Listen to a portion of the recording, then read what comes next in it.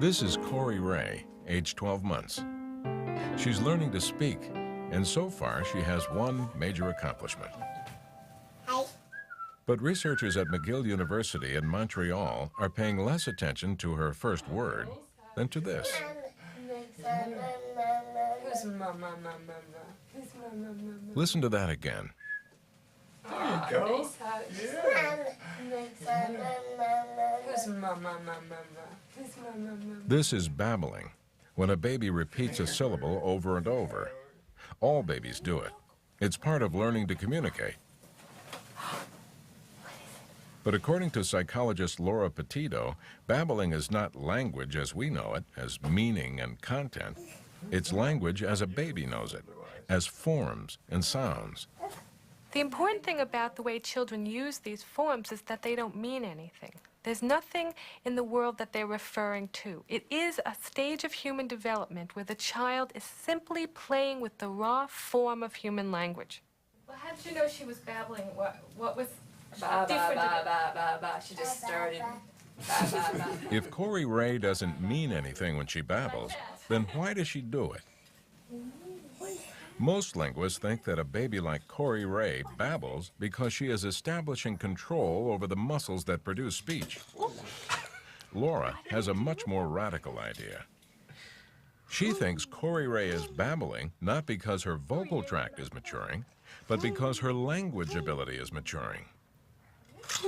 This disagreement is fueling an intense debate about the nature of language itself. Here's the central question.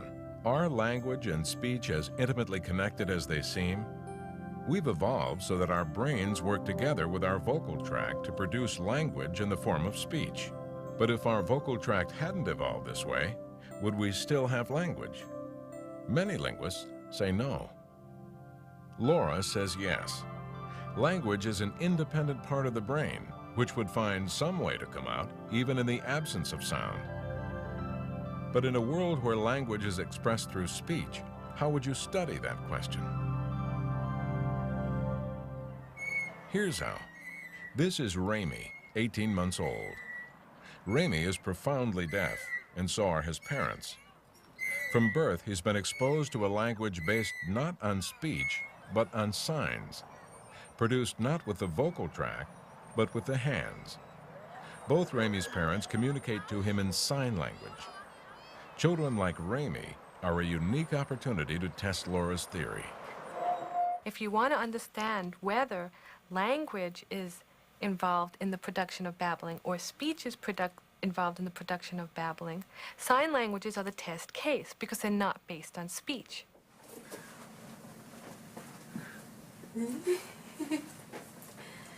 If Laura's theory is right, if babbling is tied to language and not to speech, then deaf kids like Ramy should babble. Of course, they wouldn't babble with their voices, they would babble with their hands. Do they? And how would we know if they did? That's what Laura and graduate student Paula Marentet are trying to figure out. Each hour of videotape that she shoots takes Paula hundreds of hours to analyze. It's hard work to determine if Ramy is using his hands to babble. That's because kids use their hands in a lot of different ways.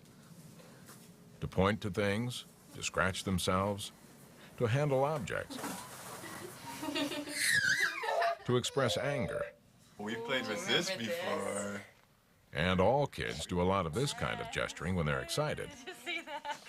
To filter these out, Paula and Laura study hearing children's hand movements as closely as they study deaf children. Given that Corey Ray is producing this open-close gesture, we sort of store that knowledge, and when we see that in a deaf child, we think, okay, this is a form that occurs, we've observed this in hearing children. So it's probably a gesture rather than a sign or a babble. But even when Paula throws out all the gestures and points and scratches that she knows are not babbles, there's still a lot of hand activity left. This is Isabel. Watch her hands closely.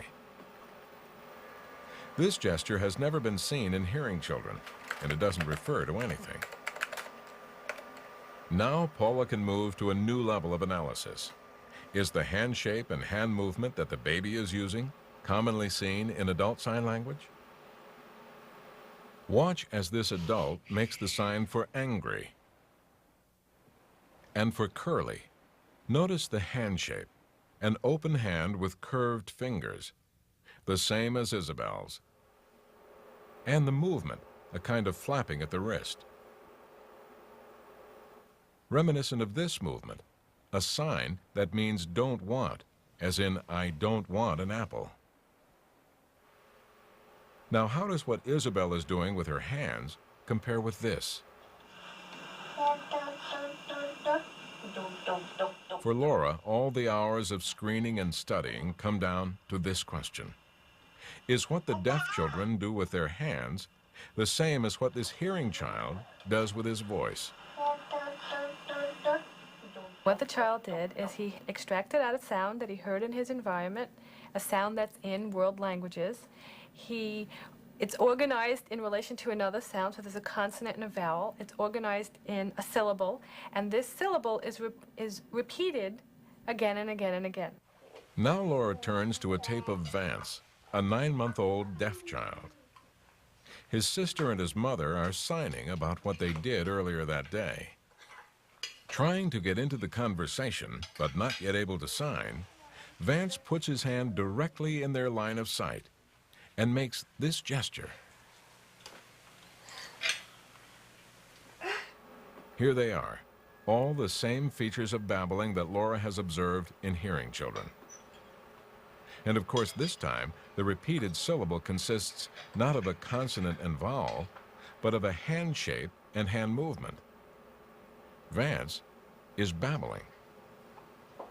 He's not actually signing the way his mother and sister are, but he's taking the first step. None of these forms are the identical form that a parent produces. In the same way, in vocal babbling, the child, not many parents walk around the house going da, da, da. Nonetheless, children produce those forms. So the babbling is the child's active attempt to master the form of language, to listen to the environment, to look at the environment, to look for a particular structure, to extract out that structure, and in little baby steps, play with the forms of language in an attempt to build and master a target language. After analyzing hundreds of hours of tape, Laura has concluded that deaf babies babble just like hearing babies. And that's vital evidence for the theory that language does not need speech to express itself. It will find a way out by whatever means are available. But does this mean that sign language is just a substitute for speech? Something that the brain turns to when speech is not possible? Here's a way to find out. Simone is almost 2 years old. He's signing, and he's speaking. His mother is profoundly deaf and signs to him. His father is partially deaf and speaks to him in French. Simone, who has normal hearing, seems perfectly comfortable with this arrangement. For Simone, it's very natural. He never gets frustrated with it. He doesn't really make a distinction between the hearing and the deaf. People are very surprised that he can sign. He's like a model to the world. Simone is learning both to sign and to speak. But does he find speech more natural, easier to learn? Paula and Laura have been videotaping Simone since he was 4 months old. And here's what they've discovered. Simone is passing every major milestone in language learning, in both sign and speech, at exactly the same time. One of these milestones is putting 2 words together. Partir lolo, he says in French. The water's all gone. A few minutes later in the tape, he's putting 2 signs together. He signs monkey and then same, meaning the monkey in the room is the same as the one in the book. It suggests that the brain doesn't care if one is a signed language and one is a spoken language, that it can take input from sign or from speech equally well and do what it needs to make a fully productive language. Years of painstaking work on babbling and language learning are bringing Laura closer and closer to the ultimate goal, understanding that highly inaccessible part of the brain, which is language itself.